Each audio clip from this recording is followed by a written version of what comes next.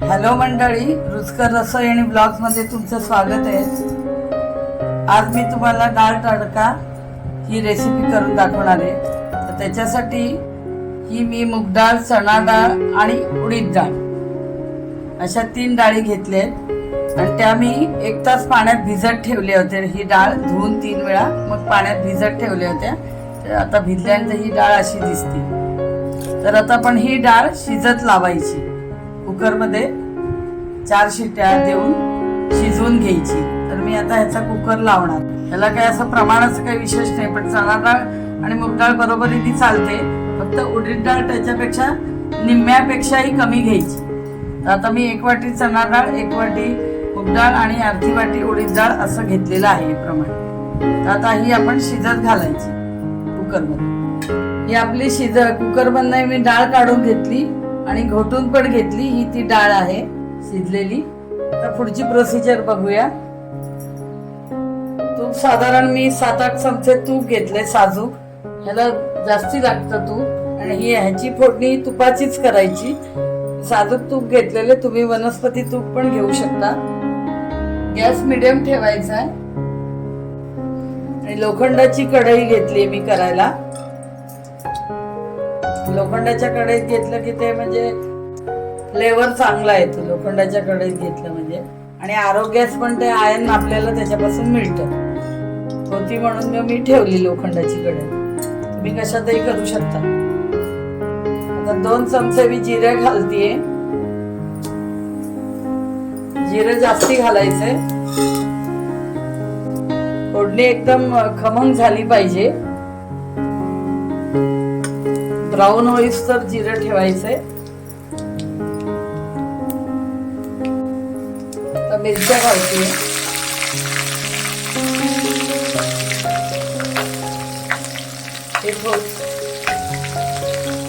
हे आलं किसून घेतलं, हे बघा अर्धा इंच आलं आहे।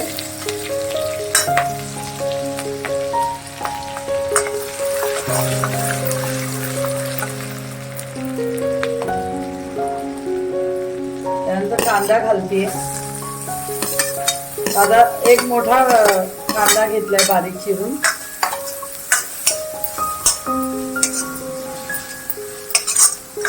ही डाळ घट्ट करायची असते, रेस्टॉरंट टाईप मी तुम्हाला दाखवते। चांगला कांदा परतून घ्यायचा आहे। कांदा मऊ झाला आणि चांगला परतला, कांद्याचा वास सुटायला पाहिजे परतल्याचा। आता टोमॅटो घालायचा आहे।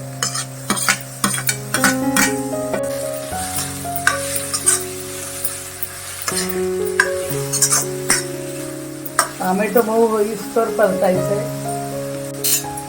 थोडी कोथिंबीर घालायची। सगळं चांगलं परतलं गेलं पाहिजे।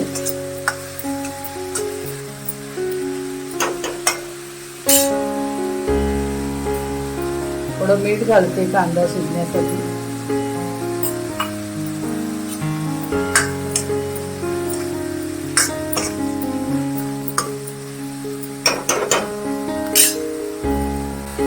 चांगलं परतून घ्यायचंय।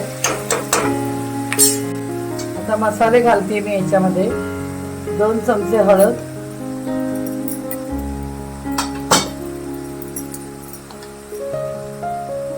धना पावडर 2 चमचे, काश्मीरी तिखट 1 चमचा।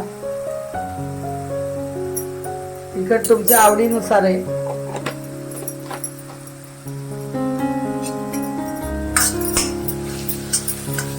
आता आपण धने पावडर, काश्मीरी पावडर, हळद हे सगळं घातलं। आता गरम मसाला घालते मी।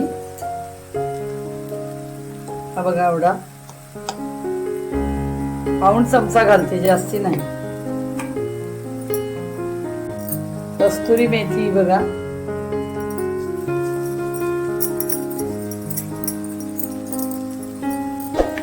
आणि हिंग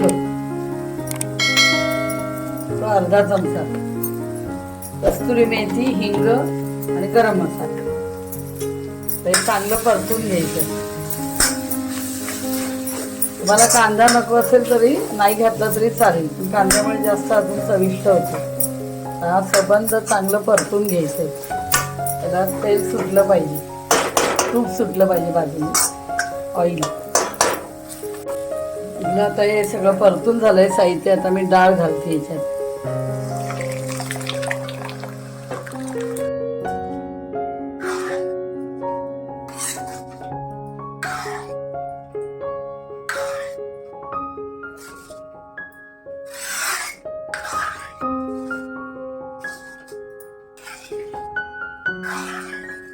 ही अशी घट्ट डाळ पाहिजे. आता याच्यात मीठ घालणार आहे मी.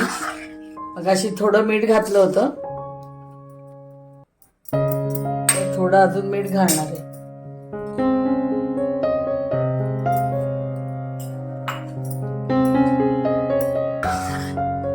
ह्याला आता उकळी येऊन द्यायची आणि मग ह्याच्यावरती तडका घालायचा आपल्याला. आता आपली डाळ झालेली आहे. एक उकळी आली की लगेच बंद करायचंय. आता हे मी सर्विंग प्लेट मध्ये डाळ काढते आणि त्याच्यावर तडका मारणार आहे.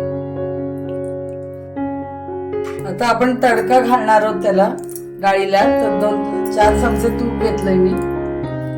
तूप जरा बऱ्यापैकी लागतं. जिरं 1 चमचा घालते. गॅस बारीक ठेवा म्हणजे अंगावर उडणार नाही. मिरच्या, थोडं हिंग, काश्मीरी तिखट अर्धा चमचा आणि कोथिंबीर.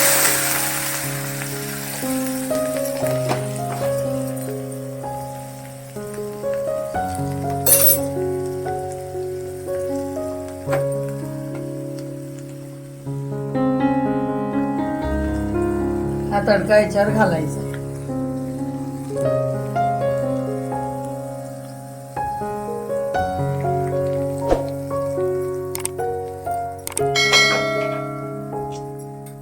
रंग बघा किती चांगला आलाय. असा तडका घालून घ्यायचा आहे. थोडस हलवायचं.